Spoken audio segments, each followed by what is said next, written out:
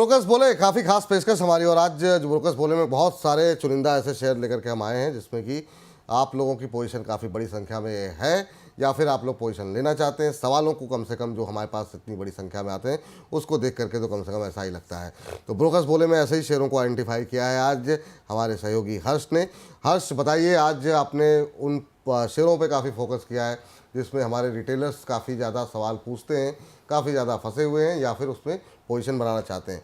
कौन कौन सी कंपनियां, पहली कंपनी का नाम? बिल्कुल सर, तमाम ऐसे स्टॉक्स हैं जो ट्रेंड कर रहे हैं इस समय। सबसे पहले स्पाइस जेट की हम लोग बात कर लेते हैं। नुवामा की रिपोर्ट आई है, यहाँ पर होल्ड की सलाह दी है, 52 रुपये का टारगेट दिया है। यहाँ पे स्टॉक में गिरावट देखने को मिल रही है। इससे पहले जो टारगेट था वो ज़्यादा था, अब यहाँ पे टारगेट्स घटा दिए गए हैं। अब इन्होंने क्या कहा है? इन्होंने कहा है कि एबिटार जो है वो Q3 में एकदम फ्लैट रहा है। एबिटा हमारे व्यूअर्स समझते हैं, सुनते हैं, एबिटार में एक आर से रेंट और जुड़ जाता है जो कि एक मैट्रिक्स होता है प्रॉफिटेबिलिटी बताने का यहाँ पर। तो ये एकदम फ्लैट रहा है यहाँ पे। इसके अलावा इनका साफ तौर पे कहना है कि अवेलेबल सीट किलोमीटर जो है वो भी क्रैश हो गया। करीब Y-on-Y बेसिस पर देखें तो 41% की गिरावट देखने को मिली है। ये भी एक तरीके का मैट्रिक्स होता है जो एविएशन में इस्तेमाल किया जाता है एयरलाइन पैसेंजर्स की बढ़ती और यहाँ पे घटौती देखने के लिए। इसके अलावा जो एक बड़ी बात यहाँ पे ब्रोकरेज की तरफ से कही गई है कि कंपनी जो है अपने ऑपरेशन डाटा जो है, जो इंपॉर्टेंट डाटा है वो साझा नहीं कर रही है। ये एक बड़ा कंसर्न है, यहाँ पे ट्रांसपेरेंसी नहीं रखी जा रही है। तो ये एक बात यहाँ पे निकल कर आई है। इसके अलावा इन्होंने कहा है कि QIP के आने के बाद धीरे धीरे कंपनी एक नॉर्मल ट्रैक रिकॉर्ड जो है, स्थिति जो है बेहतर होती हुई दिखेगी। साथ ही EPS अर्निंग पर शेयर की बात की जाए तो FY25 के एस्टीमेट जो है वो करीब 14%, FY26 की जो है करीब 13% का एस्टीमेट यहाँ पर जताया गया। तो ये पहली जो है रिपोर्ट स्पाइस जेट पर आई है, नुवामा की रिपोर्ट है यहाँ।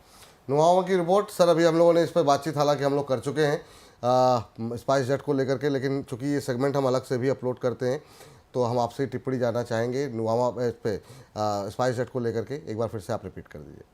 सो ओवरऑल मैं एज ए सेक्टर बहुत पॉजिटिव हूँ, बट स्पाइस जेट में मुझे अभी भी डाउनसाइड मुझे लगता है कि ये स्टॉक 40-45 रेंज तक आ सकता है। स्टोरी लॉन्ग टर्म ही रहेगा। जिस तरीके से एवियन इंडस्ट्री बहुत अग्रेसिवली जा रहा है, जिस तरीके से ट्रैवल इंडस्ट्री, टूरिज्म इंडस्ट्री बहुत अग्रेसिवली मोमेंटम आ रहा है, तो ऑब्वियसली ये अच्छा प्ले करेगा। बट इंडस्ट्री में जो बड़ा लीडर है इंडिगो, मुझे लगता है कि वहां पे ज्यादा मोमेंटम आ सकता है। तो ओवरऑल मैं स्पाइस जेट पे थोड़ा सा नेगेटिव हूँ, बट बाय नियर 40। ठीक सर, चलिए, तो स्पाइस जेट पे ये व्यू निकल के आ रहा है। अगली कंपनी हर्ष कौन सी होगी? बिल्कुल सर, सरकारी कंपनी अगली मॉइल की हम लोग बात कर लेते हैं। मैग्नीज ओर की माइनिंग की काफ़ी प्रमुख कंपनी है ये। तो एंटीक की यहाँ पर रिपोर्ट आई है, बाय की यहाँ पर सलाह दी गई है। 381 का टारगेट दिया गया। अभी शायद स्टॉक जो है वो 306-309 के भाव के आसपास होगा। तो उस हिसाब से यहाँ पे 60-70 रुपये का अपसाइड प्रति शेयर के भाव पे देखने को मिल रहा है। अब यहाँ पर ब्रोकरेज काफ़ी बुलिश दिख रहा है। क्यों दिख रहा है? एक तो फंडामेंटल्स जो हैं उनका कहना है कि काफ़ी अच्छे दिख रहे हैं। आने वाला Q4 अच्छा दिख रहा है और कंपनी जो है उसकी ग्रोथ उनको काफ़ी पसंद आ रही है। इनका ये कहना है कि जनवरी में भी कंपनी ने रिकॉर्ड तोड़ा। जिस तरीके से जो प्रोडक्शन है वो 160 किलो टन तक पहुंचता दिखा, साथ ही जो सेल्स है वो 157 किलो टन तक आती हुई दिखी। इसके अलावा इनका ये भी कहना है कि इंटरनेशनल हाई ग्रेड मैग्नीज के सेक्टर में भी कंपनी एक अच्छा परफॉर्म कर रही है, जो कि इससे ग्रोथ आने वाले दिनों में बेहतरीन होती हुई दिख सकती है। इसके अलावा भारत में मैग्नीज की मांग बढ़ती दिख रही है, ये भी एक पॉजिटिव पॉइंट है। साथ ही इन्होंने कहा कि Q4 के लिए जो अभी जिस तरीके से यहाँ पे जो परफॉर्मेंस देखने को मिल रही है वो एक अच्छी परफॉर्मेंस है और ये एक अच्छे नंबर्स में बदलते हुए दिख सकते हैं। चलिए, तो ये बात निकल करके आई है शेयर के ऊपर। सर, मॉइल पे आपकी राय क्या होगी? एक और PSU कंपनी जी।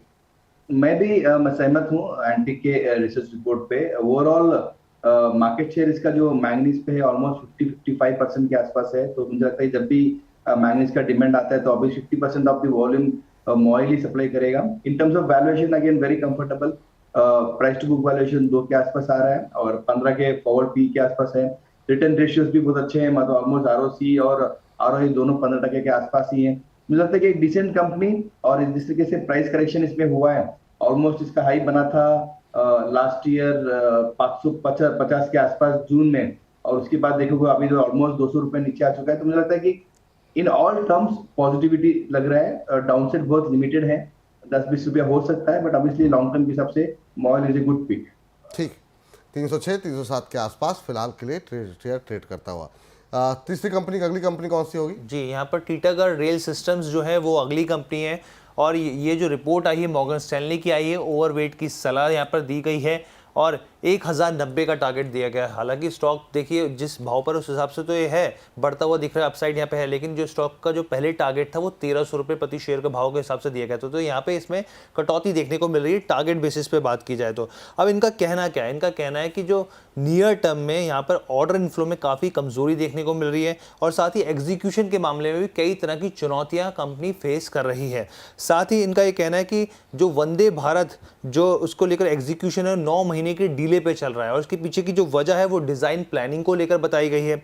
साथ ही ये भी जानकारी दी गई क्योंकि देखिए पीछे जो था ऑर्डर बुक को लेकर काफ़ी ज़्यादा बस क्रिएट हो जाता था, तो यहाँ पर ये बताया गया कि अक्टूबर 2023 के बाद से टीटागढ़ रेल सिस्टम को एक भी ऑर्डर नहीं मिला है। यहाँ पर अगर बात की जाए तो पैसेंजर सेगमेंट की, तो वहाँ पर कोई भी ऑर्डर मिलता हुआ नहीं दिखा है। लेकिन हाँ, एक चीज़ें कुछ पॉजिटिव बात ये कही गई है ब्रोकरेज की तरफ से कि 2.65 लाख करोड़ का जो कैपेक्स है रेलवे के ऊपर जो खर्च करते हुए आगे वाले दिनों में देखने को मिलेगा। तो उससे क्या होगा, देखिए वैगन और कोचेज है उसमें 27 से लेकर 20% की बढ़ोतरी देखने को मिलेगी, जिससे फायदा यहाँ पर टीटागढ़ रेल सिस्टम्स को होता हुआ दिखेगा।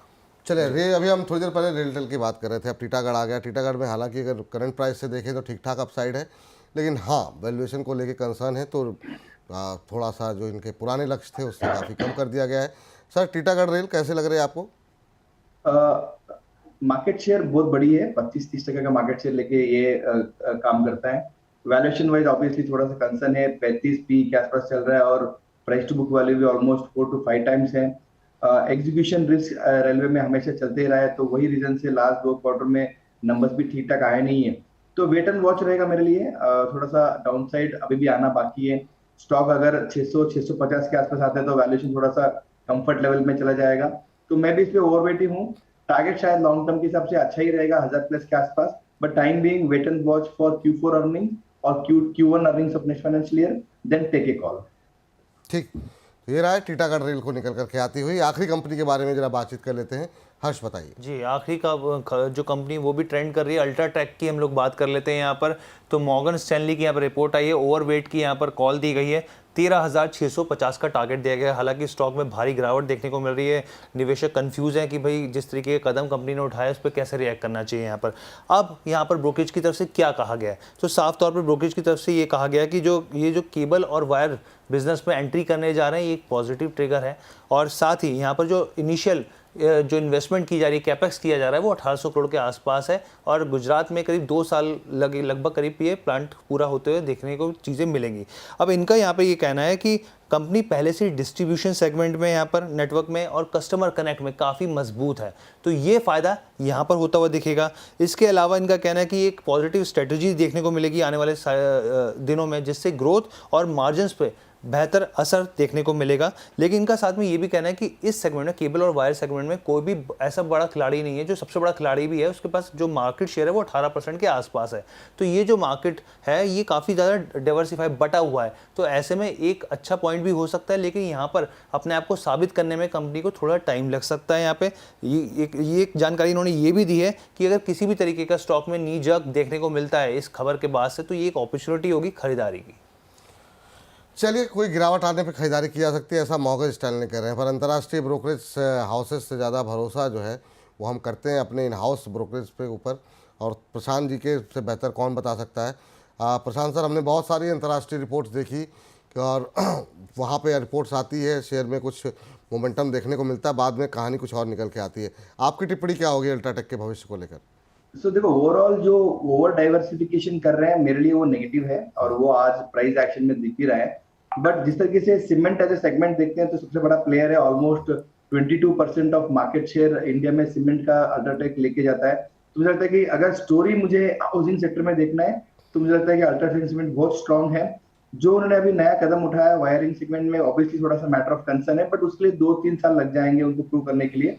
वो ट्राई कर रहे हैं कि उनका जो नेटवर्किंग है, स्ट्रॉन्ग नेटवर्क पैन इंडिया में, उसको इमीडिएटली वायरिंग सेगमेंट में उसको यूटिलाइज किया है, which is I think it's a risky one. वो प्रूव करने के लिए बहुत टाइम लग जाएगा, बट तब तक अगर यही रीजन से अगर स्टॉक और थोड़ा 5% मुझे लगता है कि 10,000 के नीचे भी आता है तो मुझे लगता है कि स्टॉक अग्रेसिवली बाई करना चाहिए। जो टारगेट वो 12-13 हजार बोल रहे हैं मार्केट में, आई थिंक वो 1 साल भर के अंदर आ सकता है, because of cement as a sector which is very strongly growing. Brand बहुत स्ट्रांग है और वायरिंग के लिए 2 साल के लिए टाइम है, तो मुझे लगता है कि वो टाइम देख के कॉल लेंगे, but time being very positive on UltraTech. बहुत बहुत शुक्रिया, बहुत बहुत धन्यवाद हर्ष आपका ये तमाम जानकारी देने के लिए और ब्रोकर्स बोले में तमाम ये शेयर निकाल के लेके आने के लिए। इस सेगमेंट को यहीं पर समाप्त करते हैं।